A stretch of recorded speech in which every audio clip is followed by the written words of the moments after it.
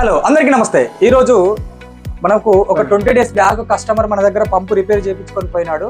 అయితే మళ్ళీ ఈ రోజు ఖరాబ్ అయిందని మన దగ్గరకు వచ్చాడు. ఒకసారి ఏం జరిగింది అనేది కూడా ఒకసారి కస్టమర్ అడుగుదాం. ఏమైంది మురళి, డబ్బా తీసుకొచ్చావు మళ్ళా పంపుకి? ఏమైంది సాయం మొన్ననే కదా చేసింది, రిపేర్ చేసినావా, కార్పెంటర్ వేసినావు, ప్లగ్ వేసినావు, మళ్ళీ ఏదేదో వేసినావు కార్స్. ఓకే చేసినాం. ఓకే వన్ డే వర్క్ చేసిన తర్వాత మళ్ళీ నెక్స్ట్ నుంచి ఒక 20 days తర్వాత స్టార్ట్ అవుతలేదు.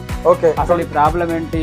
ఇప్పుడు మనకు కస్టమర్ చెప్పిన దాని ప్రకారం మనం చూస్తే మనం ఆల్రెడీ అన్ని చెక్ చేసాం. ప్లగ్ బాగానే ఉంది, కార్పెటర్ బాగానే ఉంది. లైట్ గా మనకు కార్పెటర్ లో డయోఫామ్ అని ఉంటుంది. ఆ డయోఫామ్ విపరీతంగా పెట్రోల్ అక్కడి నుంచి వెళ్ళి ఫ్లో అయ్యి ఏమైతుందంటే బోర్డు లోకి డైరెక్ట్ గా పెట్రోల్ వచ్చి మనం ఇగ్గంగానే ఫాస్ట్ గా ఫైర్ కాకపోతే ఏమైందంటే స్టార్ట్ కానే కాదు. అసలు ఎందుకు అయింది అనేది మీకు ఇప్పుడు ఈ రైతు సోదరులకు ముఖ్య గమనిక ఏంటంటే, మీరు ఈ రోజు స్ప్రే చేస్తారు. స్ప్రే చేసిన తర్వాత ఈ రోజు అయిపోగానే మీరు ఏం చేస్తారంటే మళ్ళీ ఒక 20 రోజుల దాకా ఈ పంపుని అసలు ముట్టరు. ఏం చేయాలంటే ఇందులో ఉన్న పెట్రోల్ ని మొత్తం తీసేయాలి.